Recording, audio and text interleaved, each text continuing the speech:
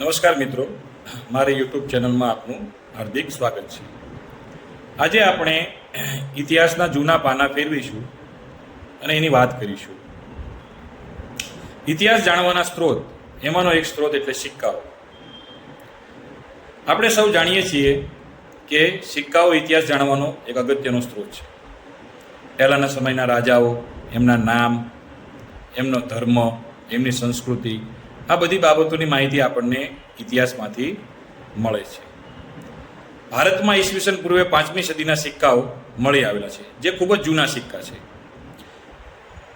જૂના સમયના જે વંશો હતા, ગ્રીક રાજાઓ, મૌર્યકાળ, ગુપ્ત વંશ, આ તમામ રાજાઓની ધાર્મિક, સામાજિક, આર્થિક અને રાજકીય માહિતી આ સિક્કાના આધારે જાણી શકાય છે। શું તમને ખબર છે કે પંચમાર્કના સિક્કાને બીજા કયા નામે પણ ઓળખવામાં આવે છે? પંચમાર્કના સિક્કાને આહત નામથી પણ ઓળખવામાં આવે છે। આ બરાબર સાંભળ્યું, આહત। હવે આપણે જાણીએ કે પંચમાર્કના સિક્કા એટલે શું। ધાતુના ટુકડાઓ પર છાપ ઉપસાવવા માટે એને બીબામાં ઢાળીને એનો ચોક્કસ આકાર આપવામાં આવે છે। એની માટે જે દબાણ કરીને સિક્કા બનાવવામાં આવે છે તેને પંચમાર્કના સિક્કા કહેવામાં આવે છે।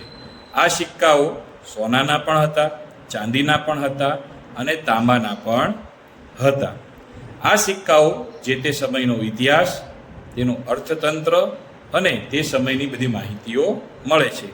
આ સિક્કા ઉપર સૂર્ય, ચંદ્ર, પ્રાણીઓ, પર્વત વગેરેના ચિત્રો પણ ચિહ્ન સ્વરૂપે દર્શાવવામાં આવે છે। તો આ હતું પંચમાર્કના સિક્કા।